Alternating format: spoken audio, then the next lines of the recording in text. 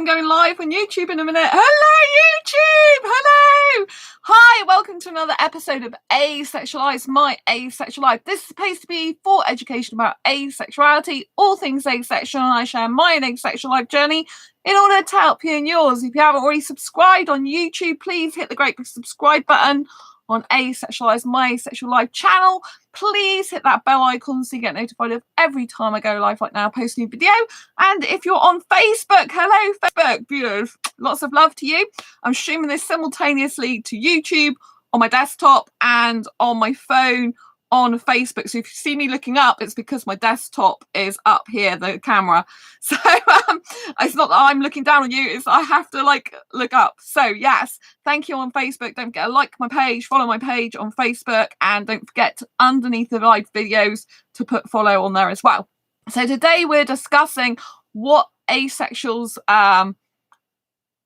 yes, we are discussing asexual. Da, da, da. We are discussing asexuals' deepest fears in regards to asexuality. So let's get cracking. This is Asexual Perspectives Awareness Month. We are on day 18.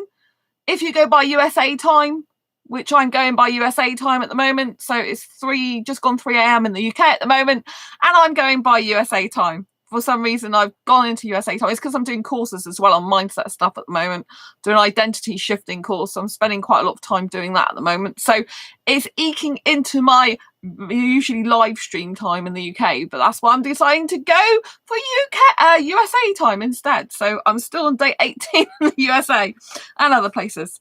Let's go for this then. So asexual's deepest fears about being asexual. What's your worst fear? So this is from Philippa Duke on page 28 of Asexual Perspectives book. If you didn't already know, Asexual Perspectives Awareness Month is celebrating our diversity across the asexual spectrum and our differences within it. So Philippa is one of the people who's given their story for the book, and I asked them, what's your deepest fear, concern or worry about being asexual? They said, at first, I was very concerned about being alone, or even when I found the LGBTQIA community where I live, there was still all based on a sexual orientation that involved sex. So there was no asexual point of relation. The 3 asexuals in the group were so cliquey that I think they were so used to being the only super special asexuals in the world that they were unable to accept there are others, such as myself and my friend. My friend has been an absolute pillar in this, as without her I wouldn't even know what an asexual was, and where would I be today without that knowledge? I can really relate to her and talk with her about this, which is something I value greatly along with our friendship in general. I have reached the healthiest mental place in my life so far, and I'm very happy with my life now. I have resolved my fear of loneliness. I can easily say that I am lonely, but I mean it as in, yes, I would like more friends, but I am so content in my own company that I don't need friends to find my own value and to be happy. I really want to get a pet hamster for companionship and then move on to getting a dog and way down the line adopt. Being alone isn't a curse. Sometimes it's exactly what you need. So I think this is very important. There's some important things we need to discuss in here. Let me just grab some water. So first of all, this is something about the LGBTQIA community.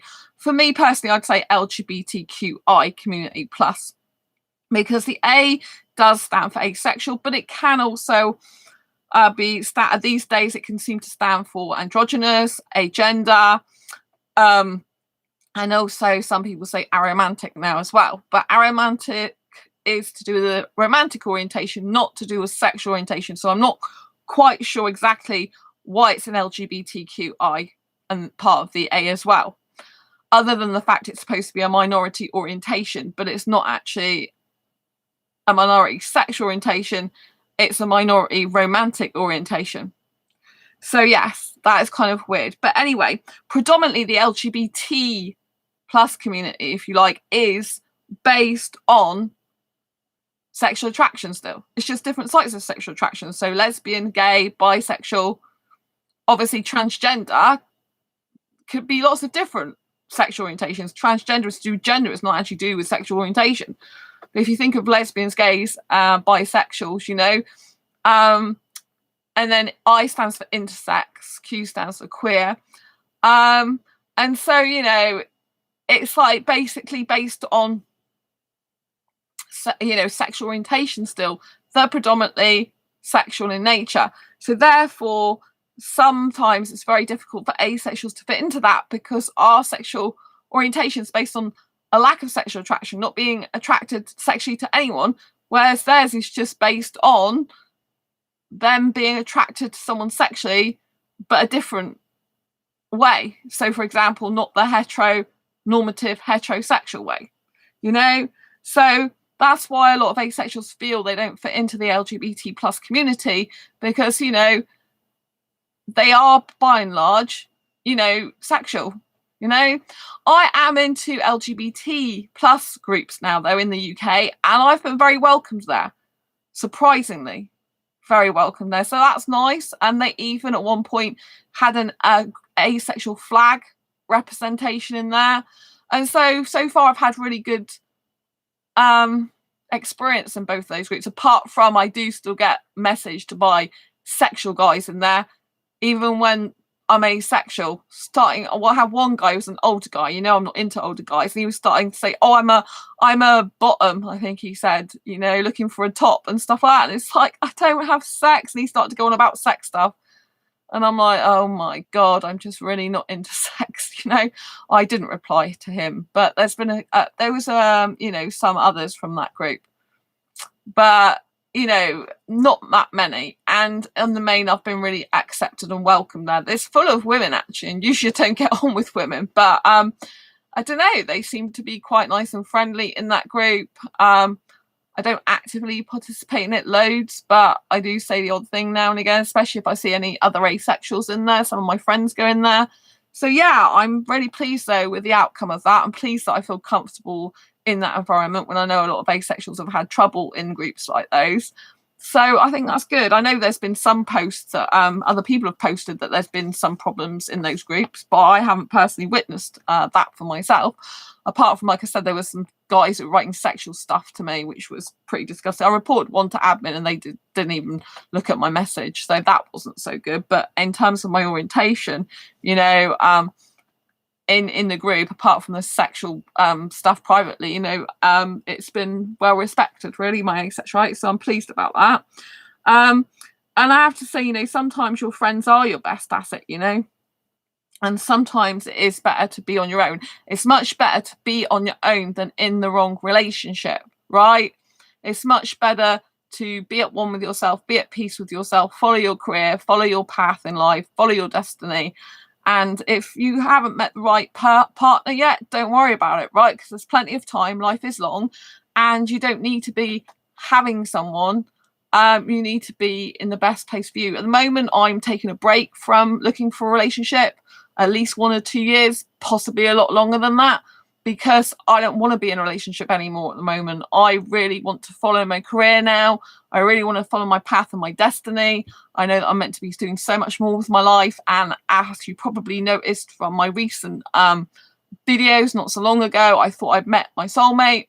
Clearly he wasn't in the end. Well, not the ultimate one, not the right one. And 7 years I've been waiting to meet that guy, and I was disappointed, but meeting him, we're not in touch anymore. Like, meeting him has been a very huge catalyst of change in my life. So I always think I was destined to meet that guy. I think that was correct. And even though it was no good for me in the end, it's taught me to self-reflect and realize that I now need to look at me and help myself to become a better version of me and focus on my career. I've spent 7 years looking for the right guy. That's it. I'm done with that part of my life for now. That's kind of over. That's finished with. And I'm still recovering from that, separate, going our separate ways. And so, I'm still healing from that. It's going to take some time. And instead of me rushing into another relationship or looking for another guy, I'm not going to do that anymore. I've done that for 7 years, and I believe that I was meant to meet that guy, and it was to show me myself. It's a very strange thing to say, but I believe everything happens for a reason. And now I'm doing work on my mindset. I'm going to therapy. There's been a lot of stuff going on in like a lot of the months which I haven't been able to talk about publicly, so that's been kind of difficult and hard. So I'm just like sorting my own self out now, and I feel so much happier and better in myself. I feel like 7 years is enough time to have looked for someone. I found the guy who those feelings went towards, and it's okay if they don't reciprocate, or if they did and they don't need more, or if it just didn't work out, that's fine. Because now I know that I don't have to be in a relationship anymore. So I think it's very important that you look at everything as a life lesson, and that if a relationship doesn't work out, rather than just looking at all the negative things about it, I think it's really important to learn the lesson behind why something happened, because I honestly believe that everything happens for a reason, and the reason why will reveal itself. And for me, I'm just embarking on this wonderful, incredible journey now. I've got a long way to go, but I'm confident that things will turn out well in the end. And, I'm confident that I can help asexuals more and more, and that, life is going to be good, right? And so everything happens for a reason. And like this person said here, being alone isn't a curse. Sometimes it's exactly what you need. And that's what I feel like at the moment. It's exactly what I need. I don't want to be chasing or looking or doing anything to do with guys anymore like that, dating and stuff. It's hard to get out of that mindset, like if you've been doing a certain mindset for a while, sometimes it's better to just take time out for you and be single for a while, because when you've got into a mindset of doing something, it's very hard. Like I've been in a mindset of proactively looking for a relationship for years, and I'm not doing that anymore. I'm purposely trying not to do that, which is hard, because I sometimes slip into like looking for a guy, and it's like, no, Sandra, you do not have time for this. It's not right, and you're not going to do it anymore. So I have to stop myself doing it. But it's good, because I'm not pursuing a relationship on any dating sites or anything anymore. So that's really good. I'm happy with myself for that. So we're going to Cassidy's story now, page 58, if you've got more. So that's really good. I'm happy with myself for that. So we're going to Cassidy's story now, page 58, if you've got the printed version of the book. Cassidy, what's your deepest fear, concern, or worry about being asexual? That eventually my very sexual husband will leave me for a sexual partner. I don't really worry about this much, though. Our relationship is super secure. Yes, that would be my concern. If I ever got with a guy who was sexual, for example, a sexual Indian guy rather than an asexual Indian guy. I haven't found the right asexual Indian guy for me yet, by the way. And I still believe my guy's Indian in the future, but not now. So basically, I do think, could I be ever with a sexual Indian guy? And I keep coming back to the same conclusion, that I wouldn't be able to trust him. I keep thinking that he was going to have an affair in the end. He was going to go off with someone else. He was going to have sex with someone else. And, I just wouldn't feel as secure, I don't think, or as... I think I feel more worried all the time with a sexual guy. That doesn't mean to say it's not possible, because there are some sexual guys who are very committed, and they really prefer to be with the person because they love the person more than the sex. There are very few limited sexual guys in the world like that, and it's possible that some sexual guys, they might just like be into kissing and romance more than the sex. It might be true. That might happen. But personally, for me, I really think I'd be better with an asexual guy who I knew definitely wasn't going to need sex, like a sex repulsed asexual guy, or a guy that's someone who didn't want sex, a sex repulsed, basically asexual guy, yeah. And and I just think it'd be a lot more calmer thing, and it'd be better to start off a relationship like that, where you've got compatibility in that way. I think it's very difficult for an asexual person to be with a sexual person unless they're very sex positive and don't mind having quite a bit of sex. I think otherwise it becomes quite difficult. The asexual either has to make themselves kind of like have sex at least once a week, probably, if not more. And then the sexual guy probably feels like, well, it could be any gender. I'm just referring to this because I only like guys. You know, the sexual guy and probably feel that he's not getting enough sex. But, you know, it might not be the case. I mean, some people might be all right with their partner watching lots of porn. I personally don't like porn. I don't want to be with a guy who's doing that. So I need to find an asexual guy who's sex repulsed, who doesn't look at porn either. Because even quite a few asexual guys do that. And it's like, really? Seriously? And it's just like not my thing. So yeah, I think personally for me, it's a lot better to be with a guy who's not, you know, into sex at all. So, and obviously a lot of other asexuals, I think, feel that way. Right. Nikki's story. We're going on to page 80 now. Page 80 of the book, people. So, what's your deepest fear, concern, or worry about being asexual? So, I'm trying to turn the brightness up here because I turned it down by accident. So being misunderstood and wrongly judged is so strangely vital in our society to want sex and be interested in sexual activities. People look at you very differently sometimes once they figure out that you don't like the idea of having sex. And they tend to make a lot of snap judgments. You have low self-esteem. You have no body confidence. You're sheltered or a prude. You are just a virgin and have to get over it. You just haven't met the right person. I've had people completely dismiss the idea of my being asexual because they just can't wrap their head around not wanting sex. Having people completely disregard or ridicule you and your identity is a big concern for me.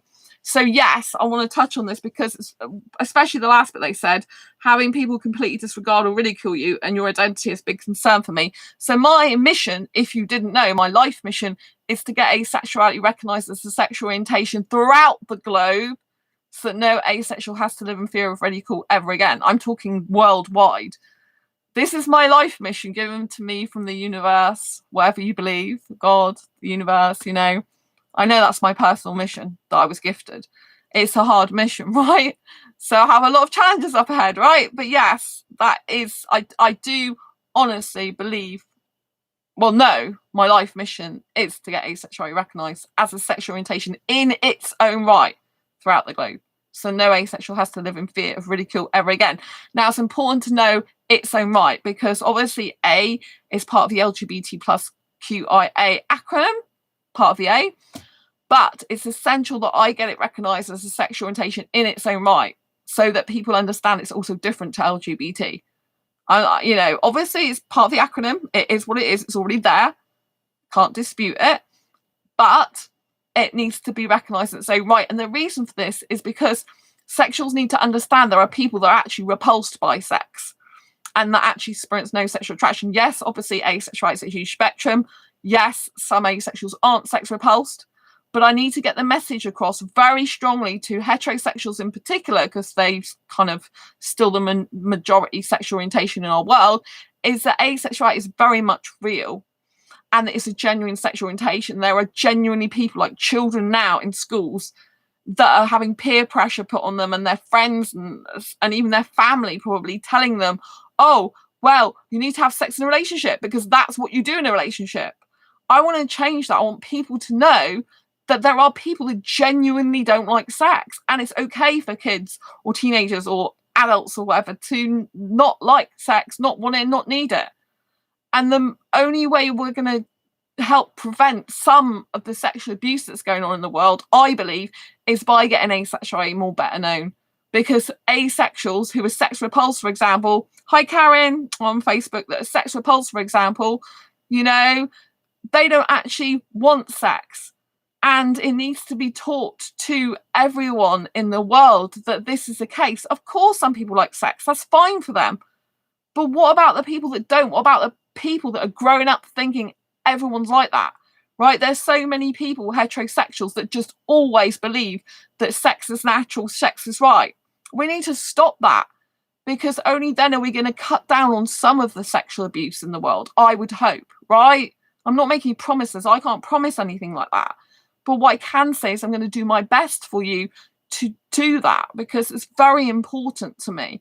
You know, I don't want people to go through bad experiences and, you know, people go, oh, well, you've just had sexual abuse. No, a lot of sexual abuse happens to asexuals because we don't want sex in the first place. Do you know what I mean? And particularly as sex repulsed, if we don't want sex in the first place, but society's shoving down our throats, you have to have sex to get love, you have to have sex in a relationship, you have to have sex to be healthy.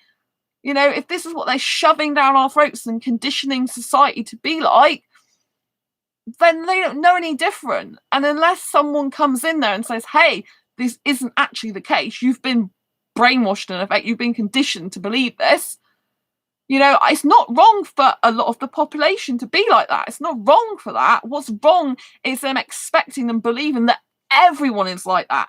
And if not, they're broken, that something is wrong with them.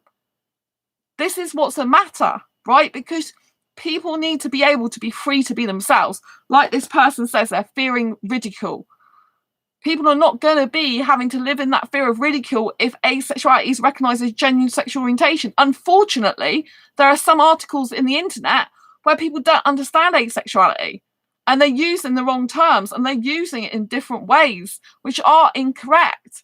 And it's really damaging because, you know, like, how are we meant to be taken seriously as a sexual orientation if some articles are not even being fact checked? And they're not even right or correct. You know, like, for example, bisexual person is someone who's sexually attracted to two genders, right? It's actually a sexual term. Biromantic is an asexual term.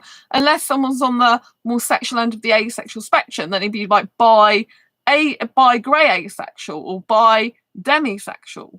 But some people, you know, come into the asexual community and they use the word bisexual and really they mean biromantic.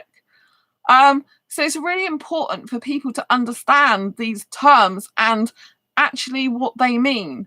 And obviously people are free to identify how they want, but when I saw an article some time ago about asexuality and they were being interviewed, this person being, oh, why do you identify as bisexual? You know, the person was basically explaining whether they're attracted to two genders, but that's like, bisexual is if you're attracted to two genders sexually. That's what the word means. So it's, you know what I mean? It's very like difficult when there's people that are having articles like that and it's just actually not factually correct. And so, you know, but again, people are allowed to identify and say what they like and think what they like, but I just think they're misinformed, some people, and therefore they don't really understand it because there's so many people that are saying this, that, and the other. But I think if you're taking advice from someone who's been around for a long time, like me, or there's a person called Swank Ivy, or there's some other YouTubers that have been around for some time, you know, I think then that's different, you know. But I think if there's some people just starting into the asexual community and they don't really understand what they're talking about, I think they're causing damage to actually people don't understand the terms. And then obviously when one person's advising another person, then obviously, you know, it spreads and there can be misinformation. So I think it's very important that there's some people that have been like had a lot of experience in the field. You know, I've been on this channel for like 6 years. In October the 15th, it'll be the 6-year anniversary of this channel. So that's quite a long time. And there are other YouTubers that have been going, well, one particularly, like I say, Swank Ivy, she's been going longer than me. And there's some other people as well that have been doing it for years. Like those people I would listen to, right? Because they know more what they're talking about. They have seen the changes in terms as well and new terms come out. So they've got a much more grounded view of it. And like I said, like Nikki said in this story, you know, there are, you know, there's a lot of things they say about asexuality, you know, about the fact, you know, you just haven't found the right person yet. It's just ridiculous. Now I would answer that, well, I haven't found the right asexual person. Yeah, you're correct on that, right? But I've got asexual friends, right? And, you know, like low self-esteem, no body confidence and stuff like that. You know, like there's loads of people in the world that have low self-esteem and low body confidence. It doesn't mean to say they don't like sex. Do you know what I mean? It's just like very ridiculous that they putting all these excuses as to why someone can't like or want or need sex. And that's what it is, just excuses because they're uncomfortable with it. When asexuality is taken seriously as a sexual orientation in its own right, then, you know, it's going to be a fairer society, to be honest with you. And it's going to stop a lot of people, hopefully, taking advantage of people, you know, more. Because, you know, the really world does need to know that there's not everyone likes, wants, or needs sex. And I think a lot of therapists and a lot of counsellors they really need to, I mean, I'm not saying they're all like this, but there's a lot of them that still don't recognize asexuality, and they still won't accept it, and they think that you've got to have therapy to cure yourself. Karen is on Facebook. All the misinformation is confusing, but I found you and I'm no longer wondering. Your book I can't brag about enough. Oh, thank you, Karen. Oh, lots of love. Karen's on Facebook, and she's got this book. She's talking about this book, Asexual Perspective. So if you haven't got a copy yet, go and get a copy. It's on Amazon, Barnes and Noble, and Waterstones. So yeah, I'm so glad that you can't brag enough about my book. That's really good. Thank you, Karen. Yeah, I like that. I like the book because obviously, with the asexual perspectives, you know, you really can understand what asexuality is on the kind of a real life context scenario, whereas a lot of the other books, to me, they're just like textbook definitions they've got out and written out of a textbook or written off the internet. You know what I mean? There's not really much substance to them. But yeah, that's why I did really enjoy writing this book. The Asexual Guide to Sex book is going to be really amazing as well. Really amazing. I still haven't finished it yet. I've had to do some mindset work because my mind's been a little bit whoop whoop. So I've had to take some time out to do that. Plus, I think anything just helps. I'm adding more chapters to the Asexual Guide to Sex as well. My counsel has a copy also after lending mine. Oh, this is good. Lots of love, Karen. Is that your counsellor or counsel? I don't know if it's because it's like in the UK they're called counsellors. I think you mean your counsel, don't you? Your counsellor. That's really good. I'm so glad they got a copy. Yeah, it's really important. Like this book is like, people don't understand how valuable this is. Oh, counsellor, thank you, Karen. Yeah, so your counsellor's got a copy. This is really good. Yeah, I'm so glad. Thank you for telling them about it. Yeah, because it's really good to show asexuality in real life context. That's why I'm so excited about the Asexual Guide to Sex book. I can't wait to get it out. I'm just like writing more chapters, and I've had to have like the last week off because I had some important documentation that had to be in and I couldn't get out of it. I just had deadlines that is something that I can't get out. So I can't talk about it on public, but it's hardcore stuff that I have to go through at the moment. So, you know, but yes, I had to digress and do that, and then I've had to do some mindset work because I think I needed it. So yes, it's kind of like connected to the thing I can't talk about, but yes, I'm still here, so it's all good.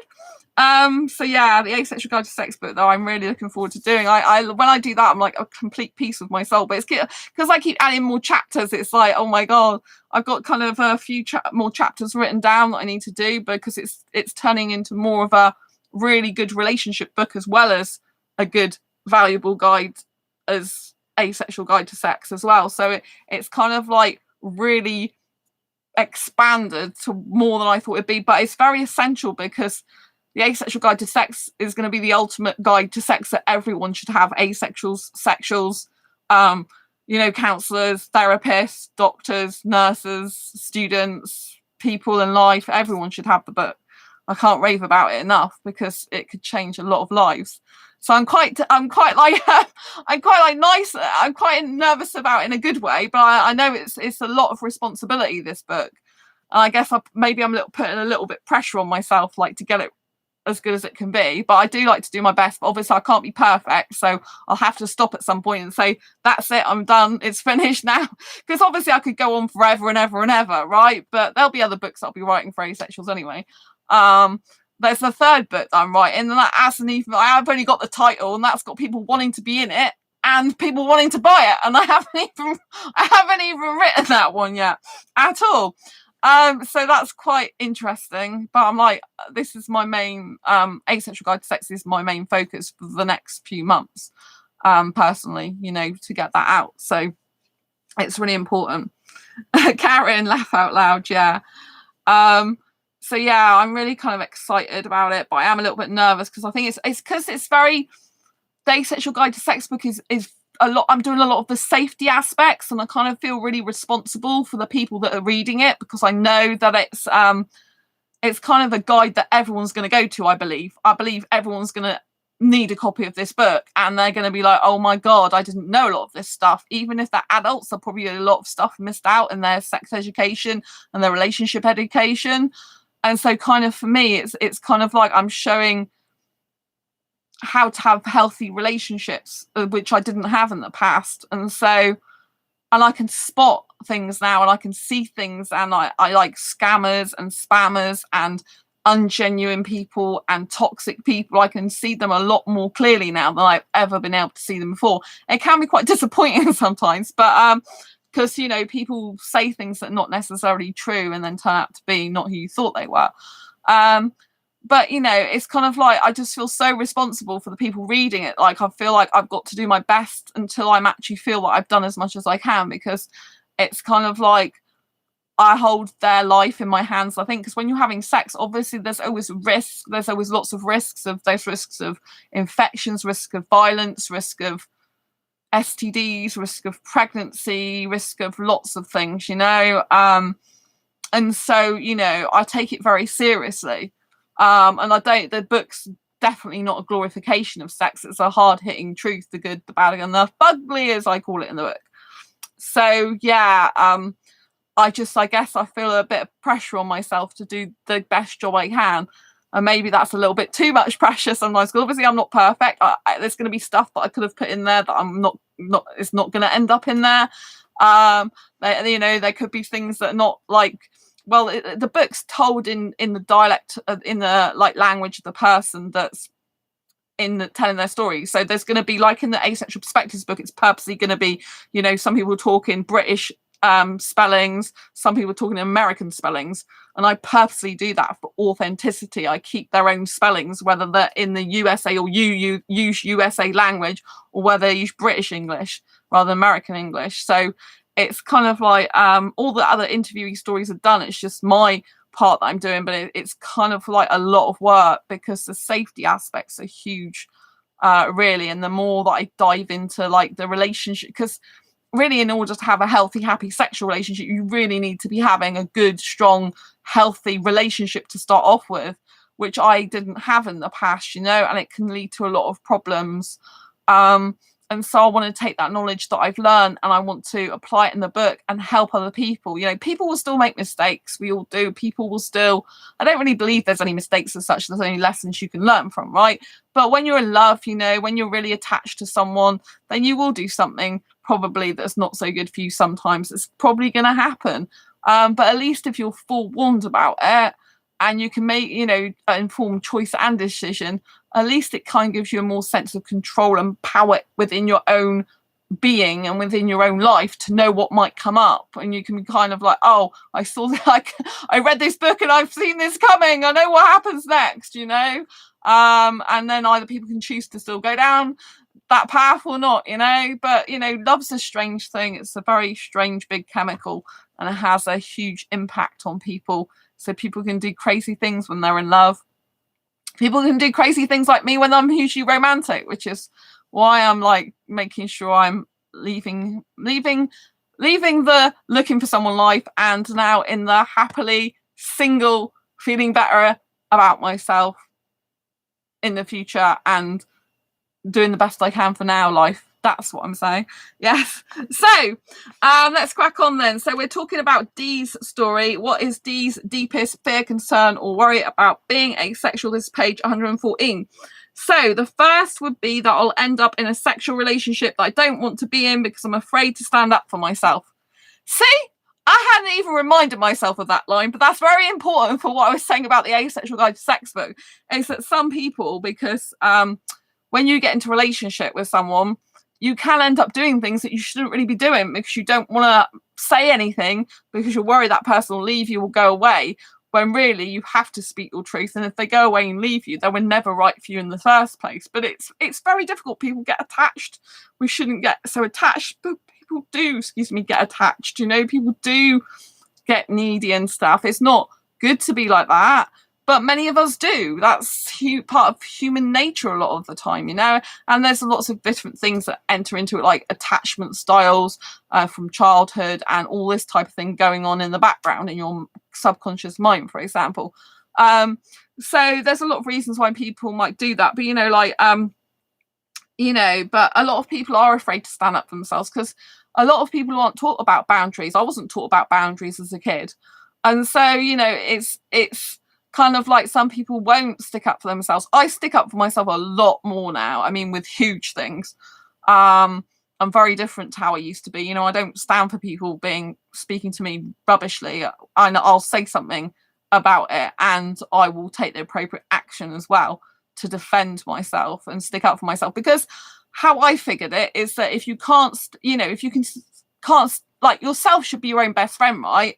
And you should think, oh, if I was sticking up for my best friend now, how would I behave? What would I say? How would I act? And so you should be doing that for yourself. And so that's what I've learned over the years. You should be treating yourself as your own best friend. And if you weren't if you were a friend to yourself, like, how would you behave? What would you tell that person to do? How would you treat that person?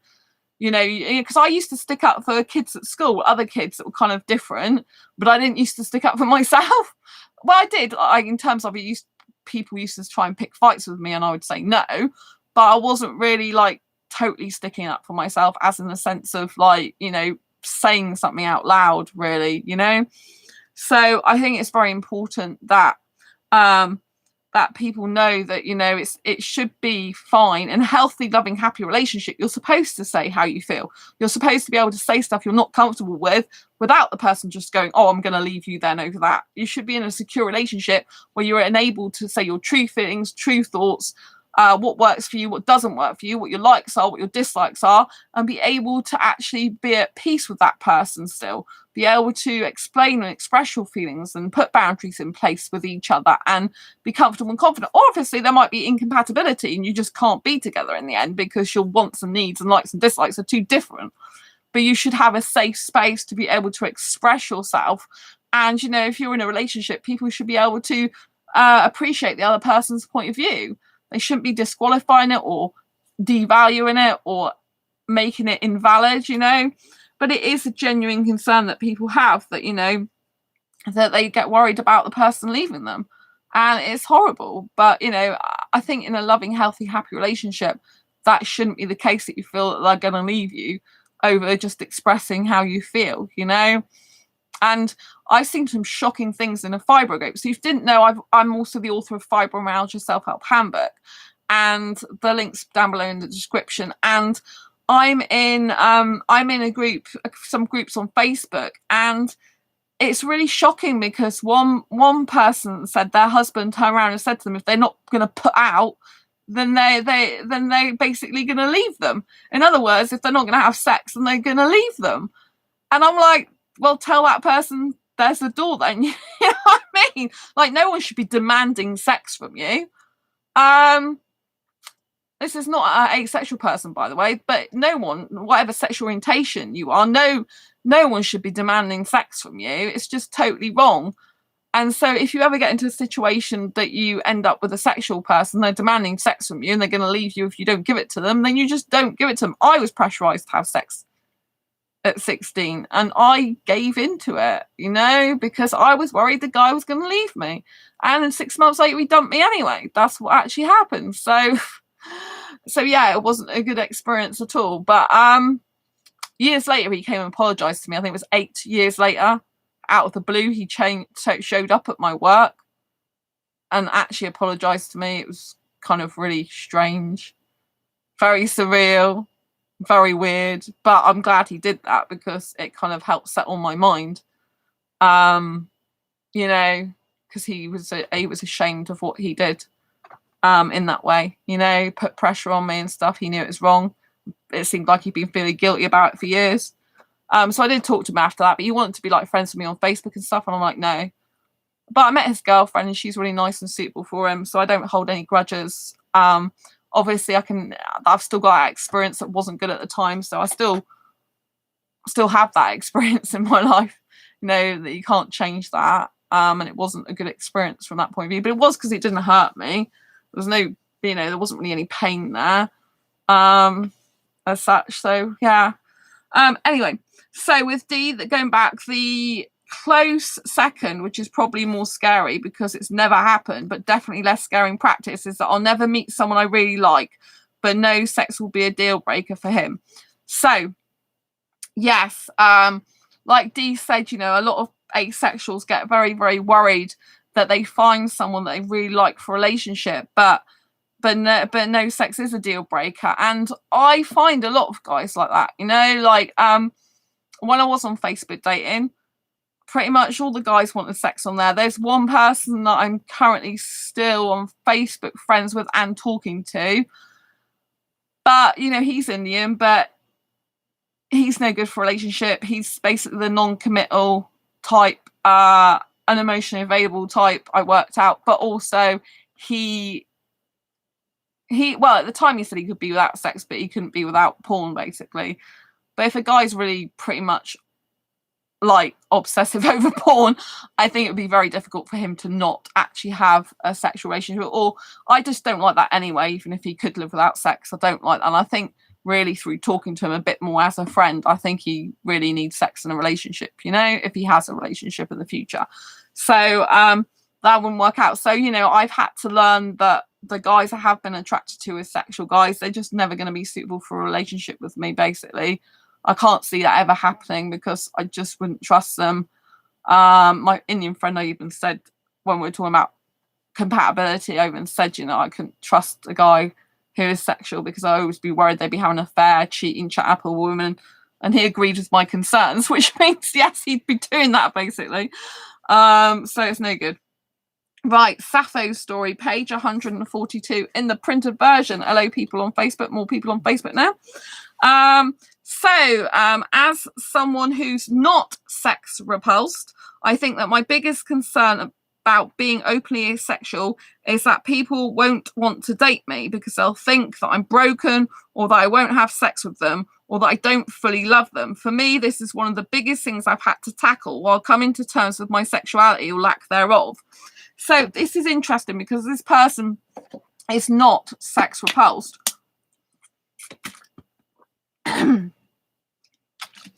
So hot in the UK at the moment. So I think obviously going back again, you know, you can see a start of repetitive pattern now that many asexuals are scared about.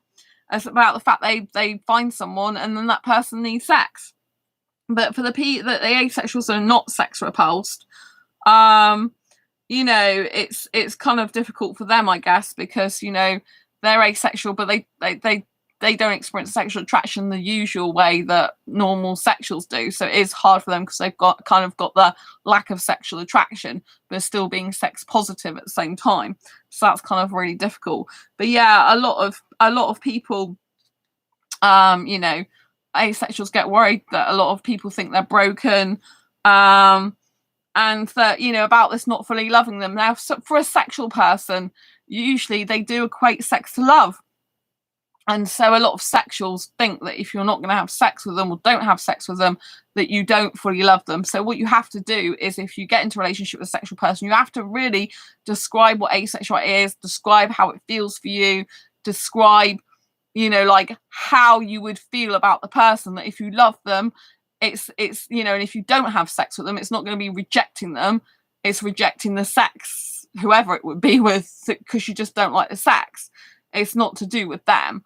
You can still love them as a person, as a soul, as a spirit. You can even love their body, but if you know, don't want sex, you have to try and get it into their mind that sex is a separate thing, that it's a physical act some people do or don't do, that you, if you're a sex repulsed asexual, don't like doing. Obviously, if you're a sex positive asexual, you'd have to try and explain, thank you for the thumbs up, lots of love on YouTube, you have to explain that you are, you know, that you are, if you're sex positive, that you are open to having sex, but you just don't experience a sexual attraction. So whereas other people have that innate need, desire, urge and want, as a sex positive asexual that doesn't experience any sexual attraction, you would have to basically say that probably you're not likely to instigate sex because you don't really look and think, oh, I want sex, you know. So if that's the case for you and you're sex positive asexual, you know, when you come across a sexual person, you get into a relationship with them, you need to have this upfront conversation before you even get into a relationship with them. So they're not there going, oh, is there something wrong with the relationship? Is there something wrong with me? Do you not like me? Do you not love me? You need to kind of get this all out in the open first, because the more informed the other person is, the more they'll feel that you're treating them with respect.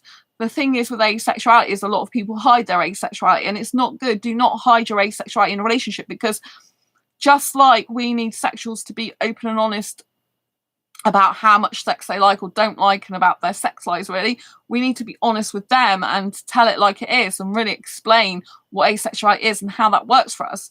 If you're thinking about sharing your body or your bed with someone, the least you can do is explain to them what your sexuality is and how this works for you. You don't want to be getting so attached to them that down the line, one of you has to split up and gets hurt. Sexuals and asexuals both have to be respectful of each other and explain how their own sexual orientation works.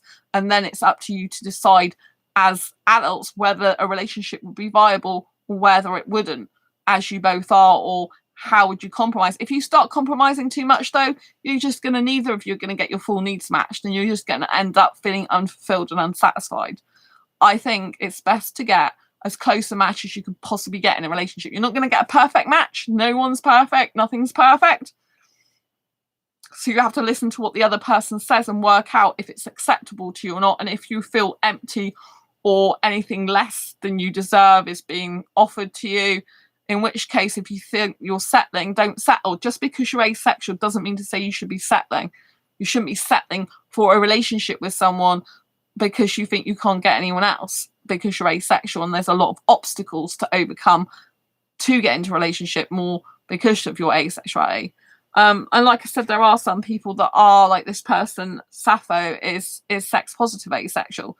So it is hard for sex positive asexuals because, you know, they lack the sexual attraction but are still open to having sex, a lot of them. So it's kind of really weird. It's kind of like saying, oh, well, I'm not interested in you sexually, but I'm interested in having sex with you sometimes. It's kind of like a bit strange.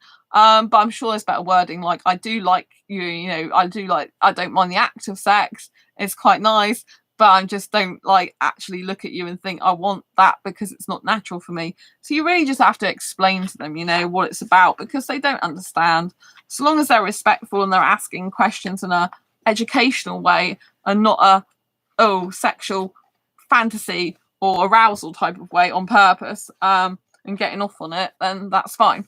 So, let's see. Anon's story. What's your deepest concern, worry about being asexual, fear? Page 241 of the printed book, people. So, Anon's, I'm not sure, to be honest. I would think it would be that it prevented me from being able to to please my boyfriend if we ever do have sex. Other than that, I don't really have any worries about it. So yes, please, pleasure, you know. So basically, you know, if you're asexual, you can still physically please a person sexually if you're a person who wants to have sex or likes doing some sexual acts and things like that. So that's why I'm bringing the Asexual Guide to Sex book out, because obviously a lot of asexuals don't have a clue what they're doing sexually, and a lot of sexuals don't even have a clue what they're doing sexually, to be honest. That's in my experience anyway. They kind of brag about sex a lot, but a lot of them don't really have a clue about how to do it properly and nicely and all that type of thing. But yeah, so, you know, for the Asexual Guide to Sex book, the people that are thinking about having sex, will give you a much more better idea of how to go about it if you're asexual, because it's not something that comes naturally to us. And if a lot of us are going to end up in relationships with sexuals and may end up having sex, it's important that we kind of prepare ourselves for that mentally, physically, emotionally, and spiritually. So, you know, it's not that asexuals can't please a person sexually if they don't mind having sex or don't mind doing sexual acts. It's just it doesn't come naturally to us. But don't think because you're asexual that you couldn't do that if you wanted to. Bear in mind there's tons of asexuals that never want sex. That's really cool. That's great. Don't think you should have it. If you don't want it, never have it. Please do not do it. But I'm just talking about for the people that are sex positive or, you know, sex neutral, that type of thing. There's specific questions in the book about what happens if I'm not bothered about sex or not. How do I please my partner then? Basically, that's what the question's asking. So that's in the Asexual Guide to Sex book. So yes, Callie's story, page 274. We've got 3 more stories left to go. This one and 2 others. So what's your deepest concern, fear, or worry about being asexual? All of my friends getting married and forgetting about me, leaving me to be lonely forever. This is on page 274. So I think this is a very strong fear that a lot of asexuals have, and I think it's in part true, because a lot of people they do get married, they do move away, they do have lives of their own. Like my best female friend who's heterosexual, you know, she moved in with her partner, and obviously now she, you know, like me, she's working a lot of hours, and so's her partner, so they don't see each other very much. But when she's got time off, she needs to spend that time, the majority of the time, with him, because they hardly see each other because he's working 7 days a week. So, you know, things like that happen. And in a couple of years' time, they're thinking about moving to Spain. They live in the UK at the moment. So I might only be able to do video calling with her in the future. I mean, haven't flown on a plane for years. I don't like flying on a plane. I'm afraid of it at the moment. And yeah, and you know, I'd have to go by Eurostar if I was going to do something like that. But I don't know. I can get to France by Eurostar. I don't know how long it'd take to get to Spain. I've only been on a plane twice, and once was to Spain and once to Jersey. And the Spain was like an hour, and I was crying the whole time. It was horrible. That's how much I really hate flying. And so, you know, I think, you know, people do move on. The good thing about, personally for me, having asexual friends is that if asexuals get into relationships, they tend to still, or at least in my experience, my best asexual friend tends to still be in contact with me regularly. And also they've got a partner who's friends with me and my best friend's mutual friend as well. So we're kind of all friends together. And I think that's very healthy.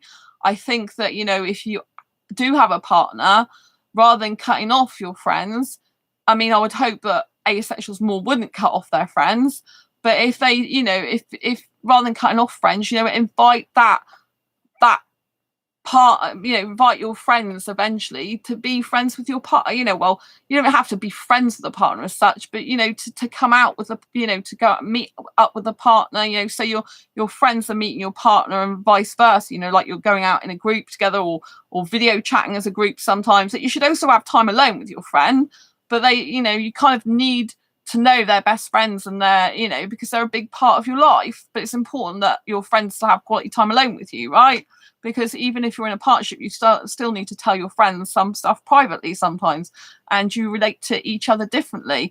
But I do think it's sad that a lot of sexuals, for example, when they get into relationships, they do tend to forget their friends. I mean, I was in heterosexual relationships for years. Unfortunately, one of the guys was very controlling, and I basically didn't end up with any friends, and he still had his best mate all the time. But that was fine for him, apparently, but not for me. You know, that was a really bad, unhealthy, toxic relationship. And I would never, ever drop my friends now for a relationship ever. Right? My best friends, I've got 3 best friends that are all super important to me. I would never drop them for a relationship. I'd always keep them, always spend time seeing them, video chatting, phoning them, or whatever I could, you know. But obviously, when I have a partner, I have to fit that partner in my life. I'll still be spending a lot of time with my partner, but I'm not going to get into a relationship for at least 1 or 2 years now, and probably a lot longer than that anyway. I consciously decided to do that because there's a lot of stuff I need to do in my life, and I can't be held back anymore. So, you know, I do think it is upsetting for asexuals. Like I said, you know, one of the things to do is to try and get more friends online, expand your network of friends, so that if a friend does decide to move away, spend less time with you, video chat or text you less, which is going to happen if they get into a relationship. Realistically, you have to cut your friends some slack as well, and understand that as a friend, you know, if you're a best friend to them, you have to understand that you love your friend, and you know that they're going to put their partner first. Basically, they're going to make their partner a priority because they're their partner they're in a relationship with, and you have to understand they're not going to spend as much time with you anymore. They're not going to be able to see or speak to you as much because they've got another person in their life. You can't expect them to have the exact same amount of time for you once they've got another life that they need to fit into their own life. That would be selfish of you as a friend. But where, on the other hand, that person shouldn't cut you off and just be friends with you whenever they're single or feel like it, because that's equally disgusting and bad. You know, there's some people I know, and they just flit in and out of people's lives just when it pleases them, wherever they're single. And when they're in a relationship again, they don't talk to that person hardly at all, and that's disgusting. So you want to be having friends that are, you know, still have time for you when they get into a relationship, whilst realizing they're not going to have as much time for you. It's hard to get a balance, but there are people that, you know, I know previously from being in the heterosexual world, if you like, but that's what heterosexuals tend to do.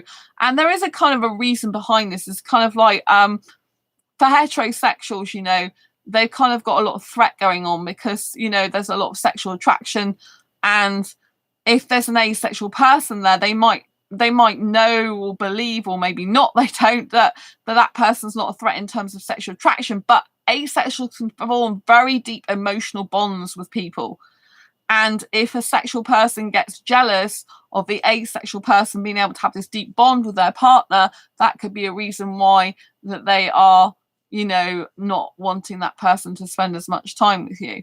Now, this obviously isn't necessarily good. It's quite toxic. It's quite bad and unhealthy. But, you know, there are certain instances where an asexual person's got very close to someone, for example, who's been married and stuff like that. And you have to understand that people can actually emotionally cheat as well. You know, so asexuals are not completely like ruled out of actually ever being unfaithful, because you can be unfaithful in emotional ways. It doesn't have to be physical. If you're having deep emotional connections on, for example, a romantic level with other people, then, you know, it's kind of like, and you've got a main relationship partner, it's kind of like could be cheating, because, you know, that you're having a deep romantic and emotional connection with someone else. It doesn't mean to say that you can't help feeling romance for people, but it's a bit different. It depends how you're doing it, what you're doing and stuff like that. You know, I do get attraction for all my friends pretty much in some ways, because I'm hyper romantic. I don't experience any platonic attraction, but I'm not looking to get into a relationship with any of my friends. There's no friends that would be suitable for me to be in a relationship with. And when I have a partner, I will feel stronger for them than I would for any of my friends. And, you know, in terms of my friends, the friendship element is far more stronger than any other attraction I would have for them. So therefore, I'm able to be just friends with them comfortably. So, you know, you just have to like weigh all these things up, really. But I think it is a genuine fear, and it's very upsetting if you're an asexual person who has been abandoned pretty much when their friends got into a relationship or, you know, got other friends. So my suggestion would be, you know, to make more contact and to make more friends and stuff, because obviously my best female friend in a couple of years, she's going to be in Spain, and, you know, it's going to be less probably communication with her and less able to see her, and that's going to be difficult. But she's got to do what's right for her. You know, it's her dream to go to abroad, to go and live in the sunshine. And when you love your friends, not in a romantic way, in a friendship way, you have to let them be free to be themselves and to fly their wings and to not clip their wings and to do what they need to do in life. You know, you have to be happy for them, even though it's difficult sometimes, you know, but you just have to know that you have space in your life then for more friends, or another friend to come into life if a friend's spending less time with you, or going more from your life, or not able to be in your life as much anymore. Or maybe you'll even lose some friends along the way, heaven forbid, because that's really dreadful. But obviously, like this person said that they had lost friends basically when they got married and stuff and moved away, then, you know, you've got to understand that there should be new friends come into your life, new people, new connections. So, you know, just fill your life up with as much good stuff as you can being on your own. Learn to enjoy being on your own and being with your own life and self as much as possible, so that when these things do happen, it's not so much of a stab in the back or stab in your heart, if you know what I mean. I like self-dating personally. When I self-date, I feel a lot better about myself and my soul. But I personally love pursuing personal professional development stuff. I'm doing a lot of personal development work at the moment as well, which is necessary for me at the moment, specifically necessary a lot. So I think, you know, just in order to counteract that possibility that friends could get married or move away and you feel a lot of pain over that, just prepare for as the saying goes, prepare for the worst and hope for the best. So hope that they'll still keep in contact with you, but prepare for the worst in case, you know, you end up having little contact with them in the future, so that you are looking after yourself and you're not putting all your feelings and emotions and thoughts and time and energy into people that might not actually be in your life so much or at all later on. You need to still make sure you're making other contact, other communications, and fostering other friendships and things like that, right? Because that's really important. Really important.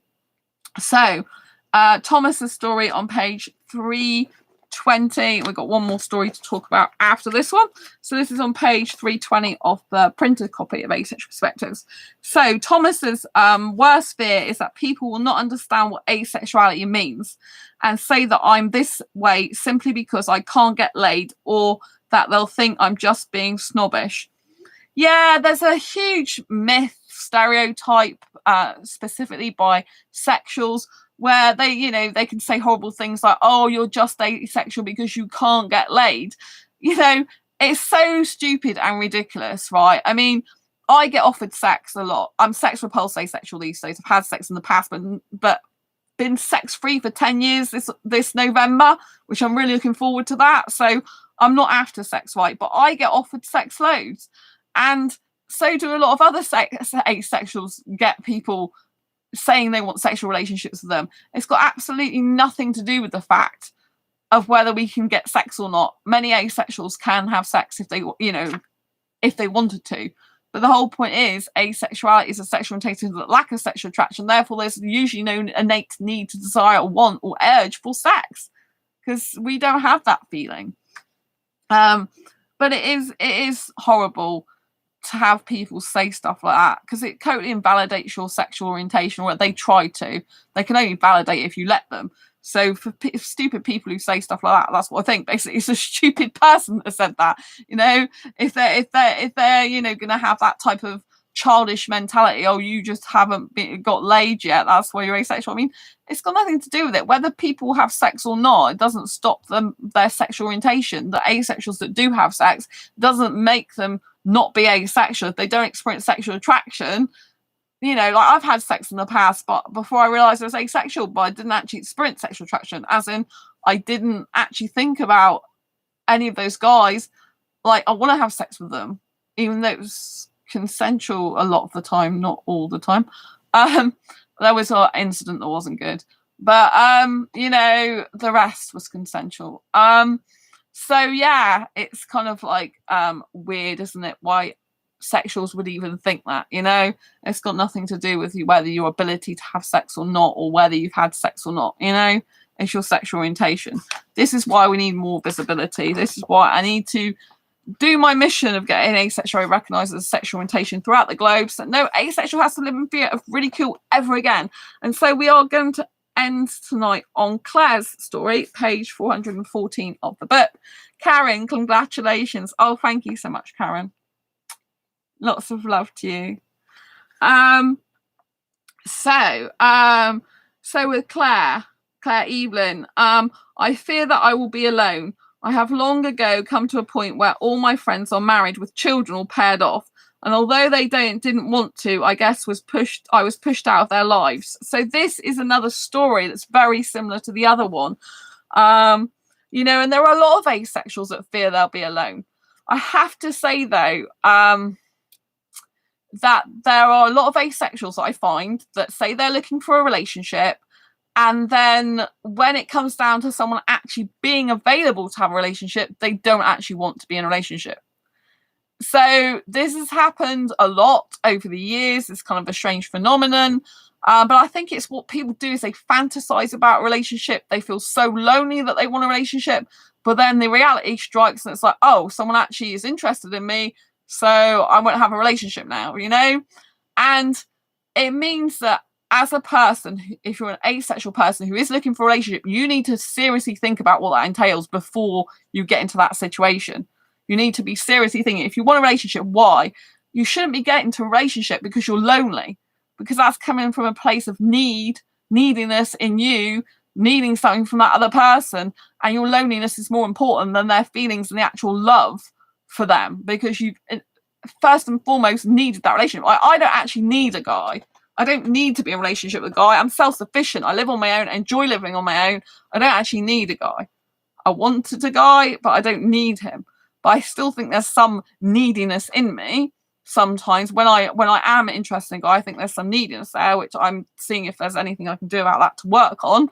But actually, in terms of needing a guy, I don't need a guy. I like a guy to kiss. That's probably the only need I have is kissing, but I've learned to live without that for quite a bit during lockdown by now.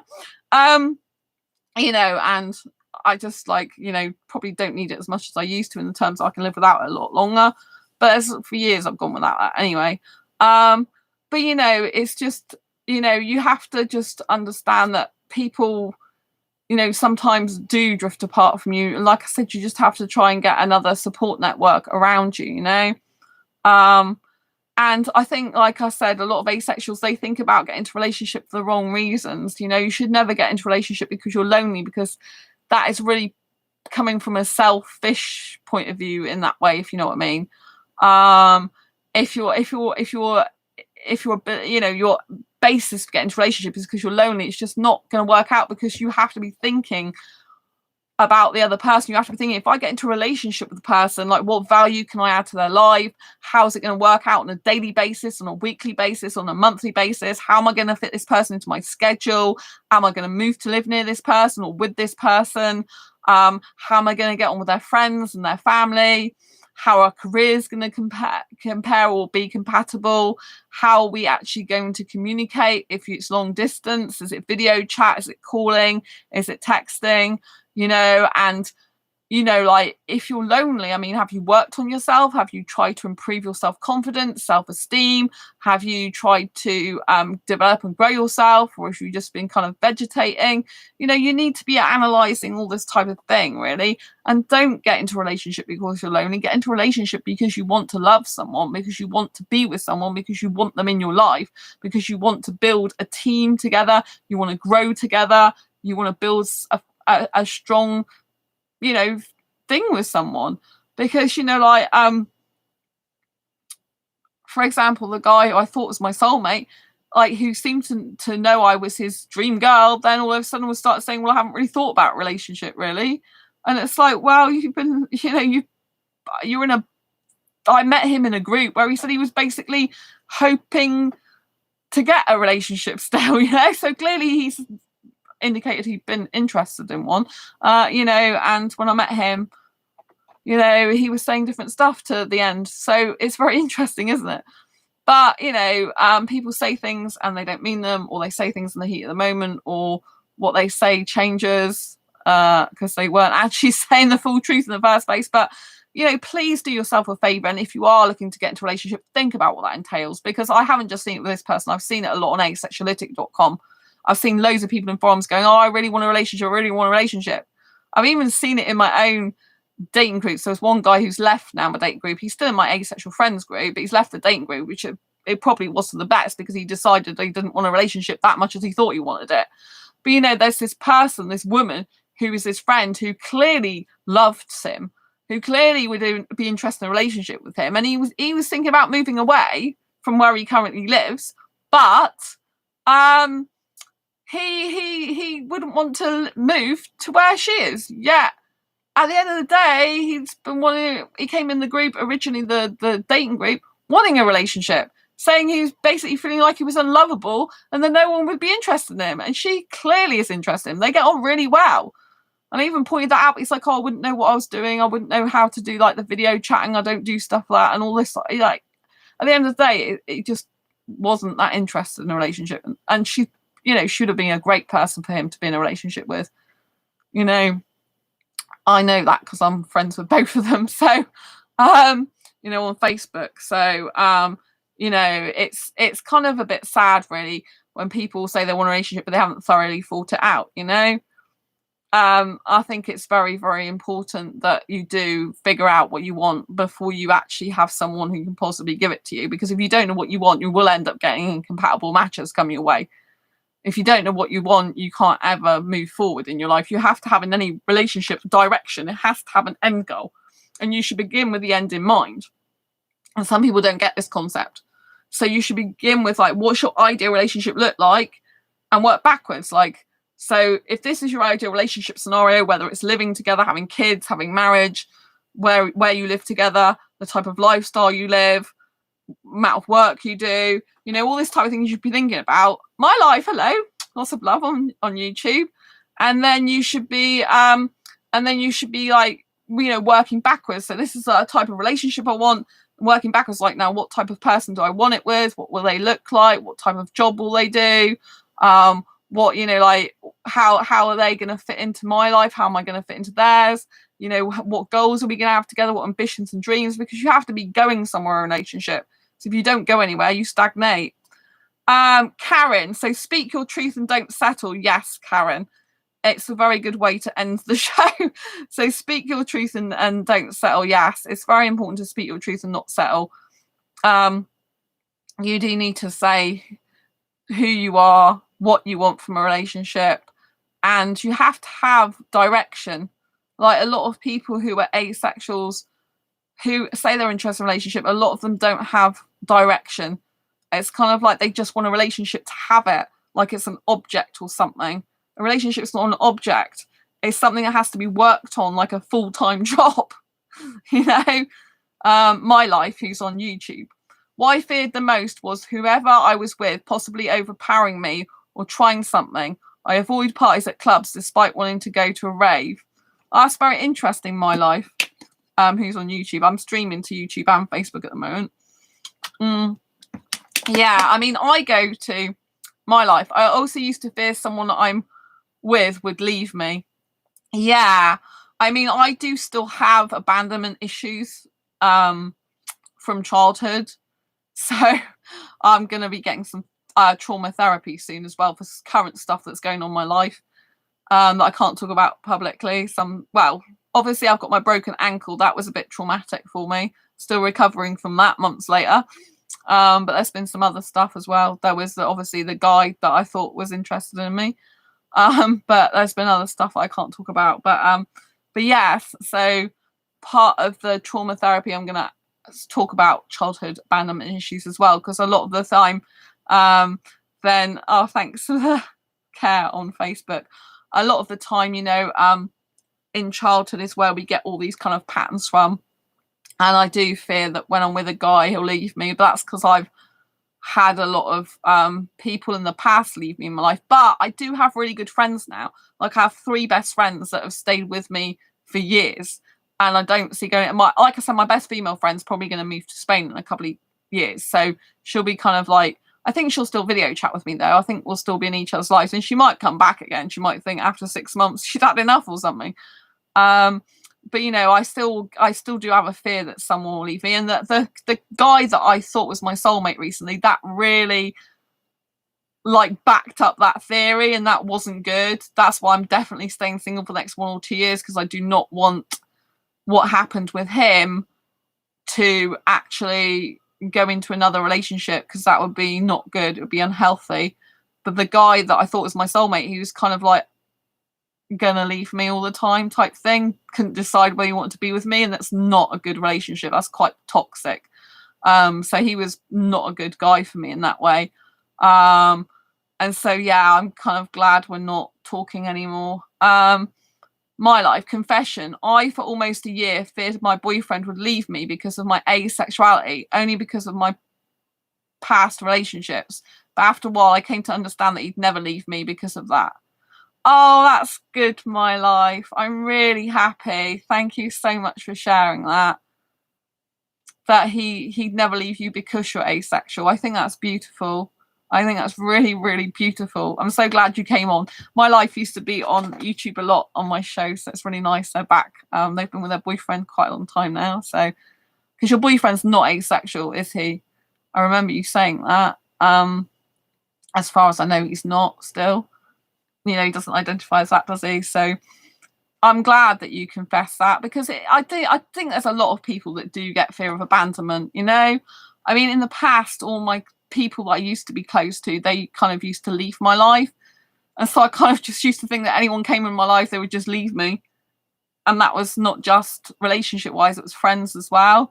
But like I said, I've held really good, healthy friendships now for quite a long time, and I don't really think, like, my best female friend, like I said, she's going to probably move away a couple of years, but my other 2 best friends, I can't see them leaving my life ever. I'm really close to them, and we get on well, and we both support and value each other and give a lot to the friendship, and I think when you have valuable friends, you want to keep them. My life, I never fully trusted past relationships with guys, but my boyfriend I never feared. I always had trust in him, knowing he'd never try anything. That's really good. That is really, really, really good, my life. Really good. I don't usually trust guys either. My best asexual friend, the first person I've totally trusted in my life ever. Obviously we're not suitable for a relationship. They've got an asexual partner as well. But you know, they're the first person I've totally trusted in my life. So yeah, it's pretty incredible to have that. I'm really glad that you had that fear, and that you know that you can trust him, that you know that you had the fear that he might leave you, but then you knew you could always trust him. So it can be that you can get into a relationship with someone with fears, but you know you still don't have other fears and stuff. So it's really important that you're saying this. My life, next month is our 2-year anniversary, and I'm going to do a hand fasting proposal in September. What's a hand fasting proposal? Is that a pagan thing? I think you said you're going to want a pagan wedding, didn't you, in the future with him? Is that right? So it's a hand fasting where you put ribbons around your hands. Is that how it works? Oh, Karen. So Karen's on Facebook, because I'm streaming to Facebook, and Karen sent a great big heart and said it's beautiful. So Karen's on Facebook watching this on my Facebook page, and you're on so my life said kinda, yeah. Oh, this is really sweet. So Karen from Facebook has sent my life on YouTube a nice big heart and said beautiful. That's really sweet. Oh, so you're going to be doing a hand fasting proposal. Are you proposing marriage then? Actual marriage? Or what type of thing are you proposing? I'm just interested to know, is it a marriage actual proposal? Oh, that'd be so sweet. Oh, I think it's nice. Oh, yeah. Oh, my life sends hearts back to Karen on Facebook. Oh, it's not a proposal. It's not a marriage proposal. Oh, well, that's really nice. Sounds really nice. It sounds really nice. So basically, you feared the most about whoever you was with possibly overpowering you or trying something, and that's why you avoided clubs and rave, but would like to go to rave. Then you used to fear someone would leave you, and for almost a year, you feared your boyfriend would leave because of your asexuality, but he stays with you because of that. And you never fully trusted past relationships with guys, but your boyfriend you never feared and always had trust in knowing that he'd never try anything. So this is really good. I'm really glad you're sharing this. I want to recap that because I think it's really important that you know you can still get into a relationship having fears. That everyone does have fears and it's natural. So we can't get rid of all our fears. And sometimes we have to actually work through them in a relationship. In my life, the type we agreed upon is one where we do a soul bond version and years later we'd get married. It's basically saying I want to spend my whole life with you. You're the only one I want. That is beautiful, my life. Oh, it's so good. I'm giving myself a hug for you now. Big hugs for you. Oh, it's so sweet. That's really nice. It's really, really good when you know that you found the right person, isn't it? It's kind of like happy days. Oh, giving me a flower. Oh, Karen is giving you thumbs up for that. It's really nice. And my life's got a sunflower. So I love all these beautiful stories. You're nervous though. Oh, don't be nervous. You'll be fine. Well, when you say don't be nervous, if it's good nerves, then it's great. So it's good to feel our emotions and not hide from them, actually. So, you know, I've got some stuff that's going to be coming up that I'm nervous, but I'm excitedly nervous about it. So, and I've got some other stuff coming up that is not so nicely excited about. Nerve wracking. I'm trying not to think about that at the moment. I'm trying to think about positive stuff only. So yes, well, I'm not more positive when I'm on my YouTube show because it's like my YouTube family and my Facebook family. Hey. But yeah, it's good to it's good to actually to speak your truth and express your emotions. A lot of people repress emotions. I'm going to go off on a tangent here now. Lots of people repress their emotions, and it's really, really, really unhealthy. And you know, one of my friends her male friends said that, about crying. And I said, crying is not a weakness. It's actually a strength. People think that showing emotions is a weakness. It's actually a great strength to be able to get emotions out constructively, like flow through you. My life, I think it's the time because of things he said recently. I think it's a time because of the things he said recently and how I'm feeling. Oh, I presume he said good stuff though, hasn't he? Oh, bless you. Well, it's okay to be nervous. I'm sure it'll go really, really, really, really well. Yes, he said good stuff. Oh, it's probably because you're feeling a bit nervous because you're getting closer and closer, isn't it? Like, relationships can be very scary. I think that's why some people run away from them as well. There's some people that, like, it's a shame because, like, some people could have their dreams and yet they're too scared to have them. Like, obviously with my life, you're living your dream now because you've got your dream guy. And even though you're nervous, you're still doing it, right? Which is a really good thing. But there are lots of people that, like I was talking about some of the asexuals earlier, like on Asexuality, they want a relationship. Then when it's presented to them, they don't want it. Same with the guy I was talking about that was in my dating group that's not anymore. This person came along who'd be ideal for him. But it's like they're right in front of your nose and you can't even see it. And then when you have got it, it's kind of like you don't know what to do with it. And then you're not that bothered. It's like, if you really want a relationship, you've got to make it a priority in your life to find the right person for a relationship and then make them the priority and make the relationship a priority in your life for like fully committing to it. You know what I mean? Like, I find dating and relationships really scary. And for me, because I've been doing it for 7 years looking for that, I need to not do that anymore because, like, the guy I thought was the right guy for me wasn't. And I have to get over that. And I realise now I've got a lot of work to do on myself and I want to pursue my career now. Because 7 years, I'm done. That's enough now for the time being. So it's very important that, you are ready for the person to show up in your life and that that you're not running away from stuff like that. My life, I'm letting everyone in the Jehovah's Witness organization know I'm dating someone, but to protect him from harassment, I won't be saying his name to those who don't already know, and I won't reveal his. Ah,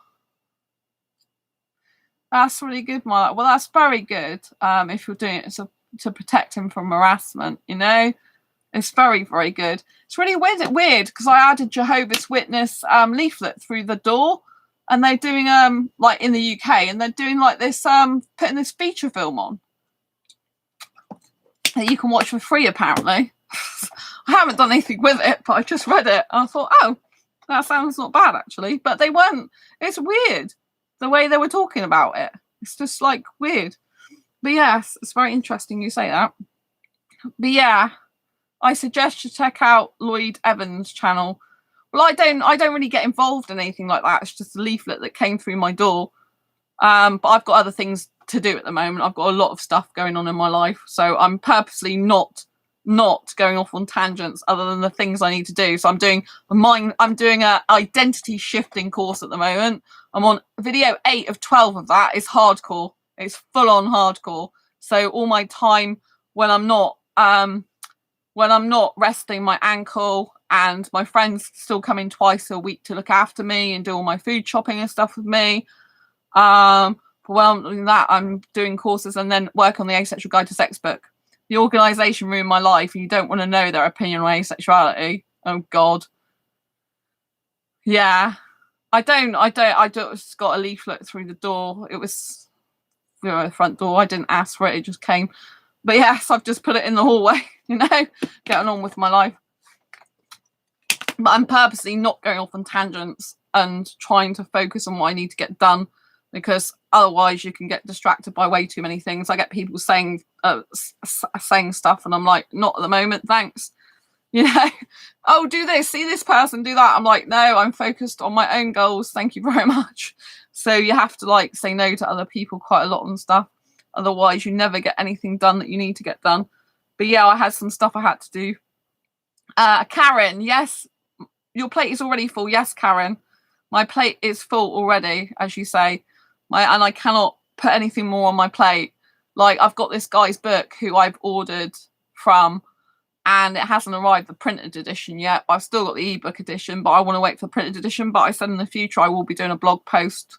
It's not an asexual book, by the way. I've got a blog that I've had for over 10 years that's like the entrepreneur market. So I've said I will be doing that for him, but not at the moment, because I'm too big. You know, I literally have to like categorically say no to a lot of things at the moment. It's like, no, I can't do this, that, and the other, because I've got some personal stuff that's going on that has to take priority as and when it needs to. I can't get out of it. And so I was doing that all last week. I was doing stuff for that. And then obviously I got my ankle injury that I still need to recover from. So that's still ongoing. Physio I'm still going to for that. That's still an issue for me. And then I've got the Asexual Guide to Sex book to do. And I've also got mindset work. I'm going back to therapy as well for myself, as well as doing a mindset online course. I did a workshop yesterday as well on mindset. Different person was teaching that. So that's basically what I've got going on. And everything else in between that all this entails. My life, happy thoughts. My boyfriend has given me courage I didn't think I had. This is good. I like happy thoughts. Let's talk about happy stuff. Epic news. All my species creations are on my own site, and a friend and I are partnering up on getting the different species out to the world. Another person I know will be helping out as well later. This is really good. Karen, oh my, when do you sleep? Well, it's actually 4:25 a.m. this morning, and I have a meeting later today, which is to do with my day job that I'm off sick from. But I've still got, even though I'm off sick from my day job, I've still got some stuff going on with that. And so I've got a meeting in like this afternoon, so I'm going to have to go to sleep in a little while, because I'll be going to sleep for a few hours and getting up again. So yeah, sleep. I don't sleep at normal times anyway, but because I'm off sick from my day job at the moment, I'm trying to use the time to work on my self-development, if you know what I mean. As well as do all the asexual stuff I do, because I get emails from asexuals that I have to answer. I get people go in my chat bubble on my asexual site. They message me. I'm in asexual groups trying to help out and like answer people's questions and comment on their posts. I've got 5 groups, asexual groups. I've got my Asexualise Academy club. That's a membership club for members only. So I'm there streaming usually every night in that group as well. Every night, not for as long, but I'm doing like a lot of mindset work, personal development work with that, how to get more self-love, be more productive, how to achieve your dreams, how to what was I talking about earlier? How to have a more successful life using consciousness. So I do a lot of stuff like that. That's a paid monthly membership, which is on my asexualise.com site. But there's a journal you get every month, a brand new journal, which takes me a whole day usually to do, about 10 hours a lot of the time to create. And you get a new inspirational quote for every day of the month and a question that you have to answer. And it's just like, that comes with the membership. I also sell the journal separately, by the way. And if you're interested in that. And also, what was going to say? Oh yeah, also in that club I have a meetup. So I just had an asexual meetup on Saturday. It's a virtual one, it's by phone. Karen, wish you could go for a spa that I decompress. Oh bless you. Yeah, I can't really go anywhere at the moment very much because I'm still on crutches. Well, when I go out I'm still using crutches. But I have been out 3 times with my crutches now because the physios told me I've got to get out without my boot on. So I'm practicing going out with crutches. But yesterday, which is still, I haven't been to sleep yet. I got a lot of pain with my foot. Like the day before wasn't so painful. And then yesterday was really hurting before I went out. So that was quite difficult for me. But then as I went out, it started to ease off where I started to feel a bit better. Because I'm indoors usually all the time at the moment. So it drives me a bit nuts. It's like I really need to get out. But my best friend is there. So if I fall over or, have any problems with my legs, they can be there for me. Because my ankles, my leg muscles are weak at the moment, as well as my ankle muscles. And this earlier today, yesterday now, I couldn't even stand up in the shower on that leg anymore. So the day before I was okay, and yesterday I was like, I can't, I can stand as in stand in the shower, but I shave my legs all the time, and I couldn't shave. This is going off on a tangent. I couldn't shave my right leg and stand on my left one to support me because my left one's just too weak again. So some days I have better days than others. Thank you, my life, for saying I hope you feel better. 11:26 is it where you on the USA? Yeah, PM. Yeah, so Darshan. Oh, hello, Darshan. I saw someone else with the name Darshan, but I don't think it was the same surname. I think I did. He was asking me about am I on WhatsApp, and the answer is no. I don't think it's the same surname though as yours. But yeah.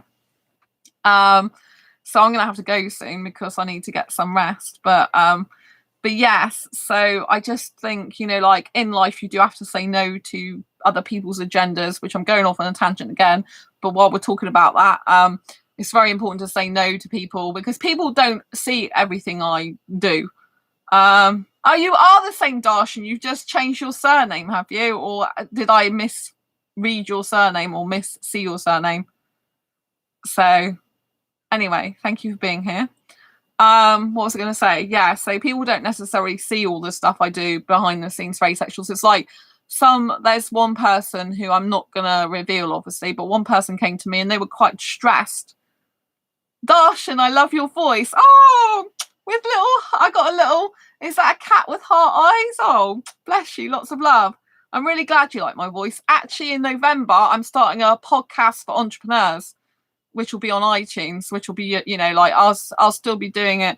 It's actually, thanks for the thumbs up. It's actually one of my channels already on YouTube, Make Money, Make Cash channel, but it's going to be like rebranded because I'm going to be interviewing top entrepreneurs on there. And so it's going to be a podcast as well. So that'll be on iTunes. That's coming up November. Like I've decided that already. So I've got to do the Asexual Guide to Sex, get it finished and published and out and publicised before November. Because November I start that and I've got to still do all my asexual stuff. So I'm glad you like my voice. I really appreciate it because obviously doing a podcast like is going to be primarily voice, but I'll be doing, you know, if you haven't subscribed to my Make Money Make Cash channel yet, go and do that now because I will be interviewing top entrepreneurs on there in November. At the moment, I'm uploading videos like of money I make on eBay and stuff I sell on there and things like that, vintage. So just making a bit of extra cash. I sold one of my fibromyalgia self-help handbooks, the first signed copy ever through eBay. So you can get fibromyalgia self-help handbook like on Amazon or Barnes and Noble, but you can't get a signed copy. So I'm selling it from my own eBay shop. And I sold the first signed copy the other day. Obviously, I still sell copies on Amazon every month, but this is the first. You can't get signed copies anywhere else, not unless someone's trying to fake my signature, because I'm the only one that sells my own books that's signed. Happy 1K subscribers. Thank you, Darshan. Lots of love to you. I really appreciate that. Karen, bigger plate. Yes, I'm going to have a bigger plate in November. I'm going to have a huge plate in November. I'm going to be doing, the Make Money, Make Cash podcast. I'm going to be spending a lot of time doing. It's going to, because like this video channel, this channel here is predominantly a vlog channel. You know, there's not a lot of polished stuff I do on this channel, but that's the style people are used to. If I try to do polished videos on here, then people don't really respond to that usually. Like people are not used to seeing like really polished videos from me, so they usually don't respond any better than me doing like just vlog videos a lot of the time. So it doesn't make any difference for my channel because people are used to my style now that I'm very conversationalist, everyday real girl on here. So that's my style, you know. But when it's an entrepreneur podcast, I'm gonna be doing some more different stuff that's gonna be more polished and a lot edited, and oh my god, it's going to be a lot of work for me to do. My life, fun fact, you are amazing. Oh, thank you, my life. This is lovely. Thank you so much. Karen, I must go to bed. Thank you, I love. Oh, thank you, love and light. Oh, thank you, Karen. Yes, Karen's on YouTube. Karen's on Facebook, people. There's YouTube and Facebook. Night, Karen. I have to go to bed at some point. It's lovely to see you. And Karen's got my book and said she couldn't rave about it enough, basically. Couldn't brag about it enough was her exact words. So if you haven't got Asexual Perspectives book yet, people, go and get a copy. Karen recommends it. But it's lots of love to you, Karen. Thank you so much for being here. But yes, I really appreciate all the people that have been here. I think I'm going to say goodnight because I will chat forever and a day else. But yes, Quirky Books is another channel I have had for years, but I don't upload much to there at the moment because I'm usually on this channel. But you know, if you like personal development stuff, go and check out Quirky Books TV. That's another channel I have. You can subscribe to that one, and definitely please subscribe to Make Money Make Cash channel because it's going to be there's, especially from November, there's going to be a lot of stuff happening on that channel, but it's still interesting to see stuff you can sell on eBay and things like that. It's still a nice channel to see now, but it's more vlog style now because it's just videos upload raw and real. But you know, it's a good idea to get subscribing to that. So Darshan, I've got 2 cats with love heart eyes and a rose. That's so romantic. So I presume, Darshan, that you're from a foreign country. Are you Indian by any chance? I'm just going to ask that outright. Are you Indian? You know I love Indian people and guys. I can't help that. It's just embedded in me. But yes. Or is it Pakistani, or is it Bangladeshi, or is it is it Sri Lankan, your name, or is it actually Indian? Are you going to tell me before you go? But yeah, so yes, what was I saying? I keep forgetting what I'm saying now. You're not going to tell me, are you, whether you're Indian or not? Well, there you go. I have to just think you might be. But yes, what was I saying? So yeah, I was saying that once you have a lot of stuff you're doing yourself and you're having your own, you live in Australia. Oh right, that's interesting. Doesn't mean to say you're not Indian though in Australia. Because you can get British Indian guys, can't you? Indian guys that are born in the UK. But anyway, I'm happily single at the moment. I'm staying that way. So yes, I'm going to have a lot of stuff coming on in November and stuff. So then channel's called Make Money Make Cash. It's still going to keep that name, by the way, when it's rebranded in November.